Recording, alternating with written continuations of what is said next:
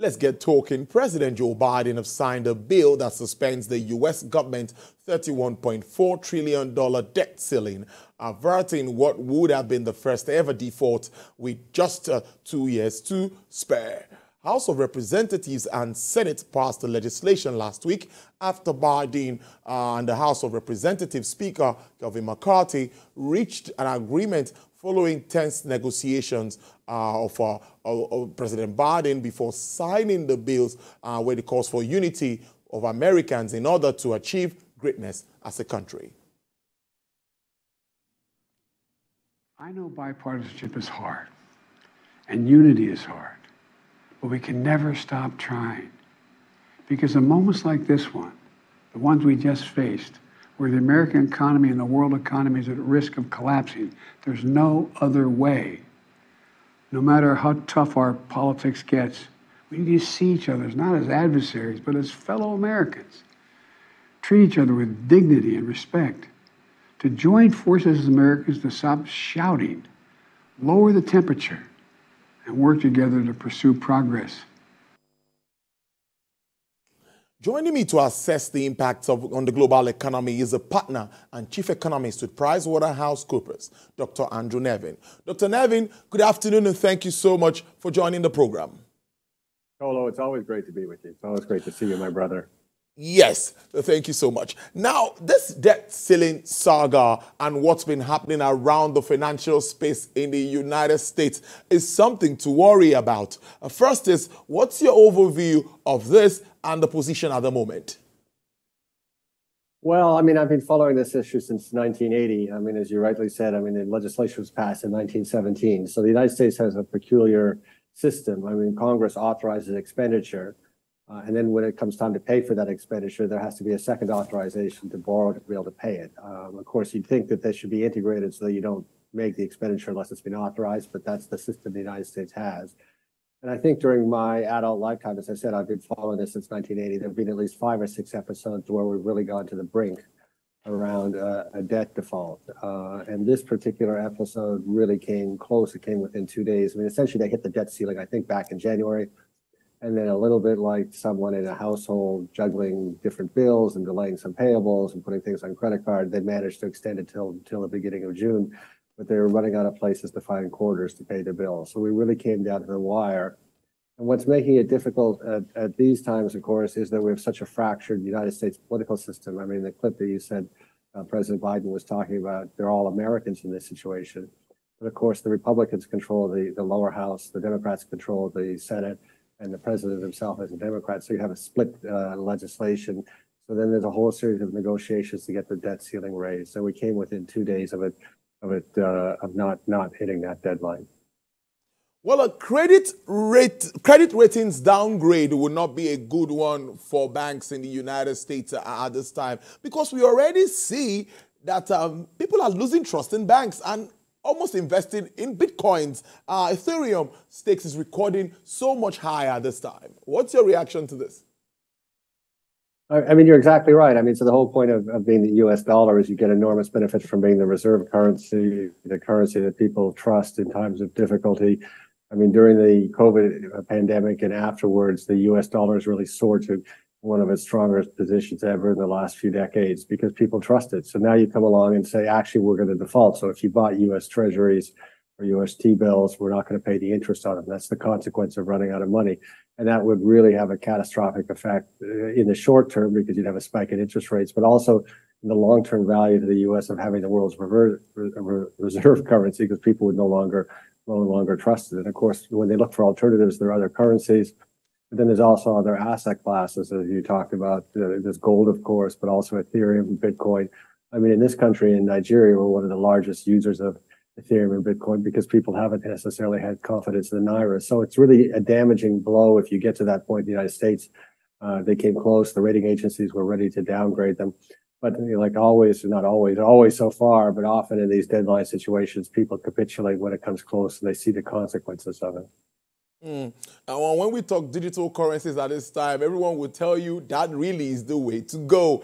But we know what's happening with regards to the e-naira here and how slowly Nigerians are getting to take this hook, line, and sinker. But let me ask you, do you also agree that one day we'll get to that point where digital currencies will take charge and will stop dealing with all of these naira notes and, of course, dollar bills? Well, I mean, all credit to the Central Bank of Nigeria. I mean, they've taken a lot of criticism in the last little while, particularly over the naira redesign. But I mean, when they launched the e-naira, which is more than 18 months ago now, it was really kind of world class. You know, what they managed to do. They didn't want to roll it out in a big way because they wanted to work on USSD. We were the first country that had a central bank digital currency that could work on a feature phone. So it was really primed to become something incredibly valuable in the hands of the bottom of the pyramid, an instant free way to transfer value from one person to another person on that. Unfortunately, for reasons that are not quite clear to me, the central bank has been very cautious about rolling it out. I mean, there's an infinite number of ways the central bank can get the e-naira to be used. I mean, they could pay core person e-naira, give them a bonus. They could say to you, when you pay your taxes and fees, you get a discount when you pay in the e-naira. They could have this federal civil service start to use the e-naira. They could work with the state government to use the e-naira. So they haven't gone to all this effort of having such a world-class central bank digital currency in the e-naira. It's a little bit sad that they haven't taken that extra step to actually roll it out. And I hope in the new administration, His Excellency President Buhari will encourage the central bank governor to really ramp up the e-naira, because the benefits of the e-naira are the highest for the bottom of the pyramid. As I said, you have an instant free way to transfer value. Now, the other part of it, though, I mean, you mentioned Bitcoin and Ethereum, but all assets are going to essentially be digitized assets in the next 5 to 7 years. So it's a policy of SEC, the securities regulator in Nigeria, to see digitized assets. So you'll be able to hold for example, an interest-bearing naira FGN note or bond fund in your digital wallet. You'll be able to hold an equity fund in your digital wallet. It'll be side by side with the e-naira. It'll be side by side with your Ethereum and your Bitcoin, and all these assets, for those who trade in them, know how easy it is once you have them in a digital wallet to exchange between assets. So I'm looking forward to that day. I think if we've got the central bank of Nigeria, we've got SEC both working on digital assets, not things like Bitcoin and Ethereum, but digital assets for assets in the real world, like stocks and bonds and equities, commodities. I think that will be really powerful. So as I said, I think it was a bit sad that the central bank hasn't gone faster on it, but the opportunity is still there in the next few years to really be a world leader and do something that really makes a difference for financial inclusion for the masses.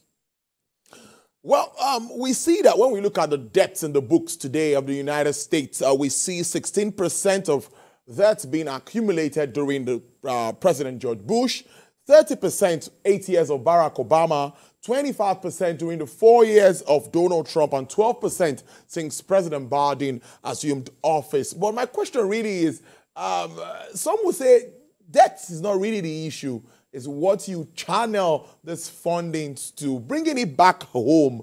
More than 40 trillion naira is what we owe. I mean, Nigeria now. But what would you say about the components of that debt at the moment? Is it worth owing, or what do you think? What are we not doing right? Well, I mean, if we go to the U.S. situation, for example, I don't think there's any sense in which there would be a debt crisis there. Because they have $31 trillion in debt, but they have a $25 trillion economy. People may not realize that states are actually not allowed to borrow in the United States. So that's the totality of their government debt, is really in the federal government debt. And compared to many other countries like China or Japan or Italy or Spain, the debt's quite low. So it's quite manageable. In our own situation, we all understand that our debt to GDP is quite low by global standards. It hasn't quite reached 50% as far as I can see, though it's always hard to measure. But the problem, of course, is we don't make much revenue. And a deeper problem is that, unfortunately, a lot of the borrowing is for things that have not delivered any value to the country. So let me give a few examples. I mean, we have, of course, the 3 refineries. There's been an immense amount of resources. We've lost track over the last decade how much resources have gone into the 3 state-owned refineries.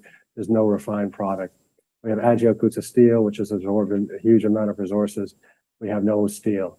We have the airport terminal, the new airport terminal at the international airport in Lagos. No one is using it because it wasn't built properly.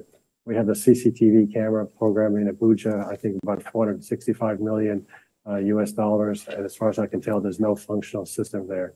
We have the Kaduna Abuja Railroad, which is a good idea in practice, but given our security situation, is not delivering any value to the nation. So what's happened over the last number of years is that we've borrowed, particularly for infrastructure, and oftentimes the previous administration said, we're building infrastructure, we're building infrastructure, we're building infrastructure, we're investing in the refineries, we're investing in Agricultural Steel.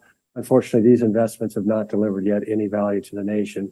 And at the same time, of course, the debt to GDP ratio has soared from about 15% to now close to 50%. So I think in our own case, while the debt level is not redlining in PwC's view, the fact that we make these investments and don't get value is what should really concern the new administration. And it's really critical for the new administration to make sure where it expends resources, it's getting something of value. And that includes, of course, all the capital type programs I talked about, and also the intervention programs. So, for example, what did we get from the mass metering money we borrowed from the World Bank and AFDB?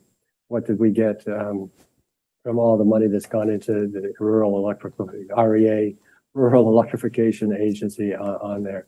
And what are we getting for these programs that we've done? On intervention programs like the Anchor Borrowers Program and CBN, what value did we get? I mean, of course, in all of these, there's been reports that essentially we've got no value. So every time we have one of these programs, it's not clear that the nation is getting any value, and that is starting to redline. We can't continue to have this type of intervention, expending the country's scarce resources on programs that don't deliver value to the Nigerian people. Now, let's assume there was a default and the country is pushed into recession. What impacts could this have on the entire global economy? Sorry, the U.S. has a default. Yes, the Nigeria has a default. Yeah, I mean, so immediately you just have entire turmoil thrown into the capital markets. I mean, because of course the capital markets are built on a stable base. The stable base is the U.S. dollar securities, so the treasury bills and the bonds from the U.S. government. When they're not being paid, that has a cascading effect on all the assets. So you'd see a crash in the stock market, you'd see a major recession, you would see a downgrading of the United States, you see a spike in interest rates. It would flow through, for example, to people's mortgage rates. And so you'd have defaults in home ownership on there. So, I mean, this is why this brinkmanship in the United States is the stakes are so high. And of course, I think, as I said, I've been through this 5 or 6 times in my career. When they get close to the default, everyone kind of recognizes, talking to the head of the Fed, talking to the head of the Treasury, that they don't want to be the ones that trigger kind of the nuclear option. Of course, you know, what's the negotiation about? Well, the Democrats want certain things, the Republicans want certain things. In particular, the Republicans want to shrink the size of government. So that was what the negotiation was about. How much would the Democrat administration shrink the size of government or reduce the growth in spending to be able to satisfy the Republicans? And of course, the Republican leadership has taken actually quite a lot of heat because people feel they didn't push hard enough. But as I said, they came within 2 days of a catastrophic default. It'd be very hard for the U.S. to recover from in the medium term.